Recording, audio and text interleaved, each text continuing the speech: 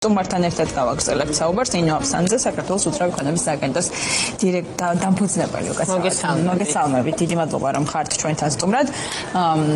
თქვენ რამდენად იზიარებთ ამ შეფასებას, რომ მეორე კვარტალში პირველ კვარტალთან შედარებით ფასები გარკვეულწილად შემცირდა, როგორც ამას აჩვენებს საფრთხის უძრავი ქონების ფასების ინდექსი და არის თუ არა ეს განპირობებული იმით, რომ მართლაც ბანკებმა გარკვეულწილად შეაფერხებს სესხების გაცემა. კი ბატონო, მოგახსენებთ. ჩვენ კომპანიაში დაახლოებით 10-მდე დეველოპერულ კომპანიას ვუმართავთ დეველოპერულ პროექტებს, შესაბამისად საკმაოდ დიდ დატასთან გვაქვს წვდომა და შეგვიძლია ესე ვთქვათ, ერთის მხრივ კვლევების შედეგები და ჩვენი შეგრძნებები ესე ვთქვათ, ამ ბაზართან მიმართებაში რაღაცნაირად შევადაროთ. თვიდან თვემდე შედარებებს ცოტა მაინც ვერიდები ხოლმე, იმიტომ რომ გარკვეული დრო ჭირდება რაღაცა მოცემულობის დასტაბილურებას. ზოგადად თუ ესე შევხედათ ცოტა ფართო პერსპექტივაში, რასაკვირველია 23 წელთან შედარებით ტრანზაქციების რაოდენობა შემცირებულია, მაგალითად წელს ივნისში თუ გაიყიდა 3200-მდე ბინა, 23 წელს 3700-მდე ბინა იყო გაყიდული, ანუ შემცირებულია რაოდენობრივად, თუმცა 24 წელთან შედარებით შაშან ძალიან ბევრი პერიპეტია გადაიტანა ამ სექტორმა, რაოდენობრივი და წამოსული არის. თუმცა ფასებს რაც შეეხება, ჩემი დაკვირვებით გლობალურად დიდი ცვლილებები ფასებზე არ არის. პირიქით, ისევ წლიურ ჭრილში თუ შევხედავთ, შარშანდელ ივნისთან შედარებით 8%-ით არის გაზრდილი, თუმცა გარკვეული რესტრუქტურიზაცია აქვს, ესე ვთქვათ, ამ გაყიდვების სენდვიჩ, ან ძველი და ახალი, ანუ პირველადი და მეორადი სეგმენტის ბინების გაყიდვასთან. მეორადი ბაზარი არის მნიშვნელოვნად წამოწეული, ბაზარი რომელსაც ასევე ორად განვიხილავ. ერთი არის ძველი ბინები, მეორე არის მეორადი ბაზრის ახალნი აშენებული პროექტები. შესაბამისად, პირველ ნაწილში უფრო არის ფასები წამოსული და დაკლებული, მეორე ნაწილში ასევე მოქნილობა აქვს უფრო ფიზიკურ გამყიდველს და ესეც აქტიურად მოქმედებს, ესე ვთქვათ, ფასის რა ფასი დადგინდება საბოლოო ჯამში. რაც შეეხება ბანკების თემას, რაზეც თქვენი საუბრეთ, კითხვა დაისვა, ბანკების ნაწილსაც ორად გავყოფ. ეს არის ფიზიკური პირების დაკრედიტება და კორპორატიული დაკრედიტება. ფიზიკური პირების ნაწილშიც შემცირებული იყო მოთხოვნა იპოთეკურ სესხებზე, აქედან გამომდინარე ამის სტიმულირებისთვის სებმა ახალი რეგულაცია შემოიტანა და პირველადი შენატანის პროცენტი დაწია. მანი მოქმედა მე დიდი ეფექტი მაგაზე არ მიმაჩნია, დიდი ეფექტი ამას ექნება და მე მეორეს მხრივ ლარში სესხის ესე ვთქვათ აღებაზე 750.000 ლარამდე აიწია ახლა ლიმიტმა და რაც მე ვფიქრობ უფრო შეაფერხებს სესხების აღებას, იმიტომ რომ ლარშიც თუ შევხედავთ საპროცენტო ხარჯით გაზრდილია დაახლოებით 1.5%-ით მოიმატა ლარში სესხმა და 13%-ზე მეტი არის დღეს ლარში სესხის აღების შემთხვევაში. შესაბამისად ეს ყველაფერი მოქმედებს, აძვირებს უძრავ ქონებას.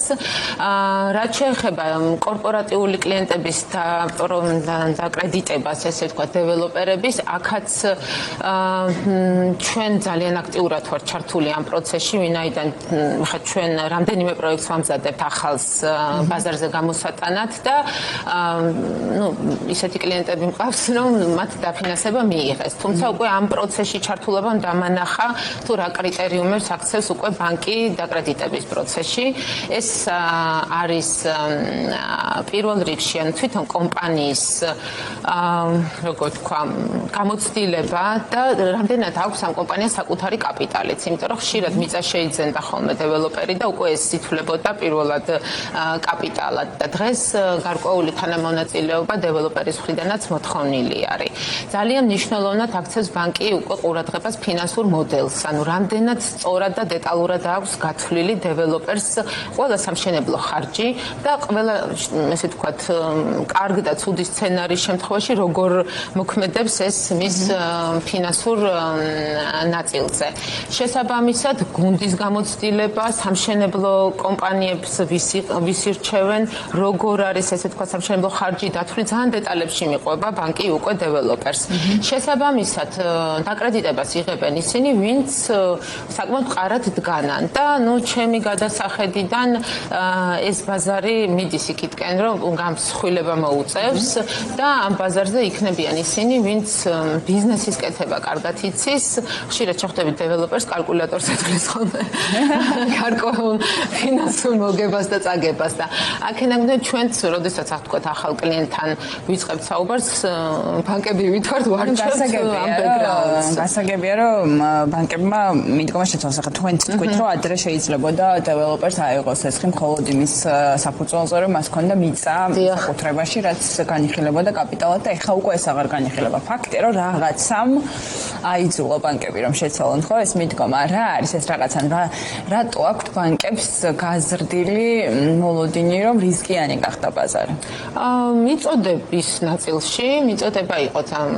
მიწოდების ნაწილი იყო გაზრდილი და შესაბამისად მიწოდება მოთხოვნა არეგულირებს ფასს შესაბამისად ხედავთ რომ მოთხოვნაც შემცირებულია აქედან გამომდინარე მიწოდების ნაწილიც არის დასაბალანსებელი დღეს ვთქვათ იმასაც თუ შევხედავთ რომ ნებართვები როგორ გადის ნებართვების ნაწილიც წინა წლებთან მიმართებაში შემცირებულია თუმცა კარგად გადის კი გადის ახლა საკმაოდ დიდი მაგრამ დიდი პროექტები გადის ერთიანად დიდი და ისე ვიქავდა მე რომ სრულდება ეს ბაზარი და რასაკვირველია ანუ აკონტროლებენ უკვე ყველაზე ხარისხიან დეველოპერებს აფინანსებენ იმისთვის რომ გარანტირებული იყოს ის პროცესები რომელშიც ბანკი ფაქტურად მიყვება უკვე დეველოპერს და ბანკიც რისკების ყველაზე კარგი შემფასებელია ხო ზუსტად ეგ იყო იდეაში მთავარი ნიშანი როცა მოხდით რომ უძრავი ქონების ბაზარზე რაღაცების ეკარგად ვეღარ მიდიოდა ანუ მიწოდებაზე რასაც საუბრობთ თქვენ ამბობთ რომ ეხლა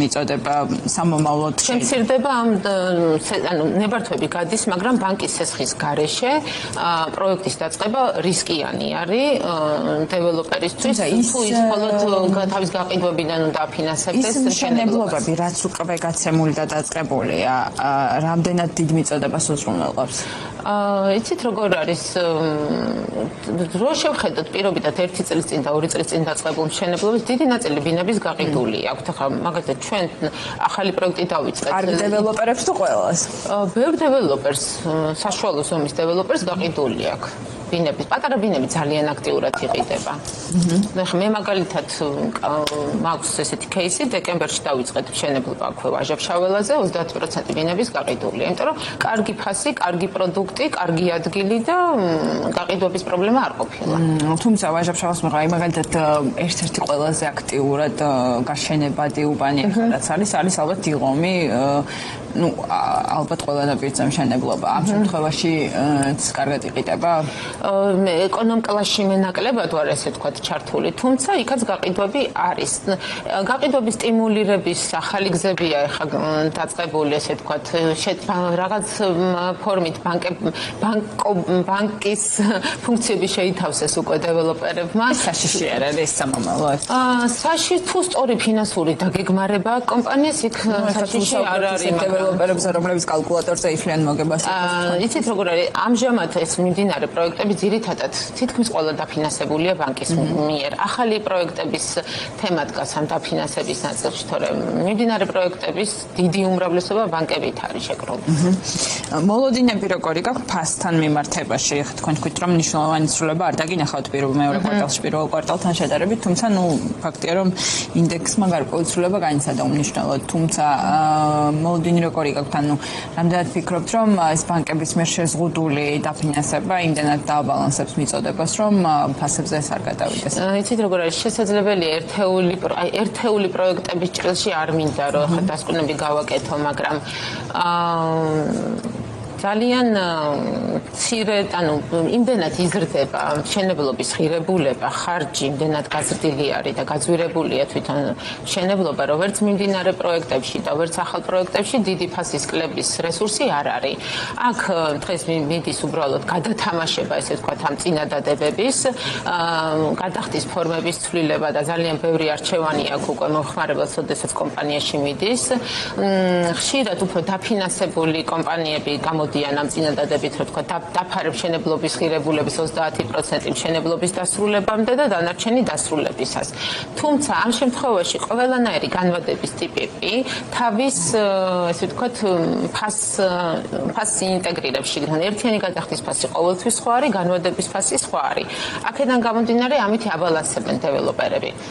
და არსებულ სიტუაციაში ფასების კლებას მე არ ველოდები. ჩემი 10 პროექტი მაქვს ახლა მიმდინარე და მათი ბიზნეს მოდელები ძალიან როდესაც რეალისტურად გაქვს თავიდანვე დაგეგმილი ფინანსური მოდელი, იქ მე დიდ პრობლემებს ვერ ხედავ, მაგრამ შემხედრია კომპანიები, აი მაგალითად შეიცვალა პატარა რეგულაცია, ასევე აივნებთან დაკავშირებით, კოეფიციენტში არ შედის მაგალითად აივნების დინა და დღეს ბინები გვხვდებათ, შეიძლება შეგხვდათ 150 კვადრატულიანი ბინა, რომელსაც 60 კვადრატული აქვს აივანი და იგივე ფასი აქვს მიყენებული პირობითად კომპანიას პროექტის დაწყებისას.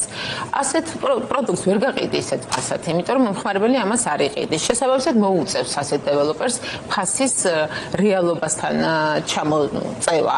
მაგრამ სადაც კარგი პროდუქტი არის და სწორად არის და დაგეგმილი ბინები და ზოგადად პროექტი, იქ პრობლემები არ არის. ასე რომ მომხმარებელს ურჩევ, რომ კარგად ჩაიხედოს, ესე ვთქვათ, ვისთან ყიდულობს უძრავ ქონებას. თუმცა აი მეორე მხრივ თუ ეს ტენდენცია გაგრძელდება და დროთა განმავლობაში ვთქვათ ყოველ შემდეგ კვარტალში დავინახავთ, რომ კიდევ უფრო ასე ვთქვათ ამკაცრებს საბანკო სექტორი მიდგომას და კიდევ უფრო მეტ მცირე და საშუალო თუ ასე ვთქვათ შედარებით ნაკლებად მსხვილ დეველოპერს არ აძლევს სესხს.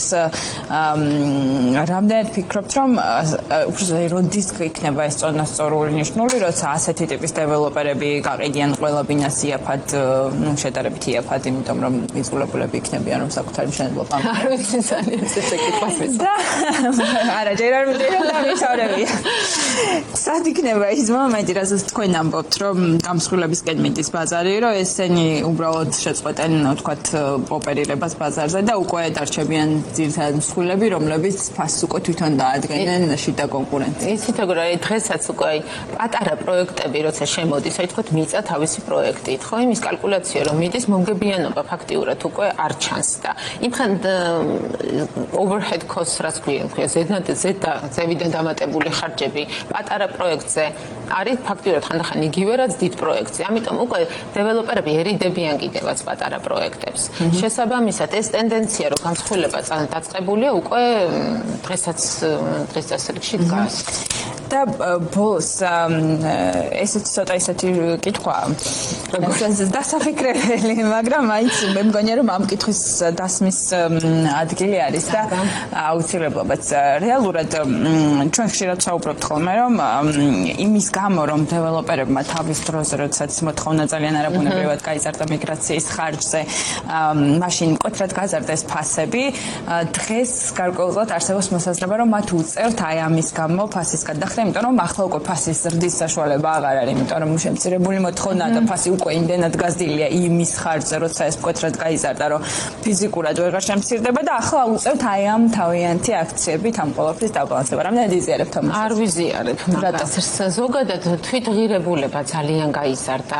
ხო, ეს ეხლა უკვე, მაგრამ ანუ მაგალითად მე ჩემი კითხვა რა შემდგომარეობს, მაშინ რო ესეთი მკვეთრი ზრდა არ ყოფილიყო, ჩვენ ხო მაშინაც ძალიან დიდი ეფექტი მოახდინა. მოდი შევთანხმდეთ, რომ იმ ფასის ზრდაში მნიშვნელოვანი წვლილი ჰქონდა არაბუნებრივად მიგრაციის ხარჯზე გაზრდილ მოთხოვნას, გარდა იმისა, რომ ბუნებრივად რადიკალურად გაიზნიყვა მაგ პროცესს უკრაინის ომთან ერთად ძალიან გადალაგდა მოწოდების ბაზრები. ეს თქვენ ფიქრობთ, რომ ამაში ნაკლები წვლილი ჰქონდა მიგრაციას ფასის ზრდაში? მაგას არ ვფიქრობ. დიდი იყო, თუმცა ხარჯები ძალიან გაზრდილია. უწუხელად გეუბნებით, რომ პროექტებში ყოველ ვიხედები და ვიცი რა არის თვითღირებულება პროექტის. ძალიან ბევრ პროექტს ეს უფრო არის რისკი, რომ უკან ანუ იმის ქვევით წამოსulis რესურსი აღარ აქვს. ახლა უკვე კი გეთანხმებით. კარგი და ძალიან მოკლედ, მე მგონი ერთი წუთიც აღარ გრჩება, რადგან რეჟისორი მეუბნება რომ ნამდვილად. რადგან ახსენეთ რომ შიდა განმარტებები ძალიან გააქტიურებულია, აქ რამდენად ფრთხილად უნდა იყოს მომხმარებელი იმისთვის რომ ბანკთან და ბანკის დაფინანსებულ პროექტებში აქ არანაირ ანუ უნდა შემოწმოს პროექტი ბანკის მიერ არის თუ არა დაფინანსებული. კი ბატონო. ან საკუთარი კაპიტალი, იმიტომ რომ ისევ და ისევ ამბობ, რომ მე მაგალითად მაქვს პროექტები, რომელშიც სხვა ძალიან ძლიერი ბიზნესები ვთქვათ, კომპანიებს, საიდანაც ფინანსური რესურსი ფიგურირებს.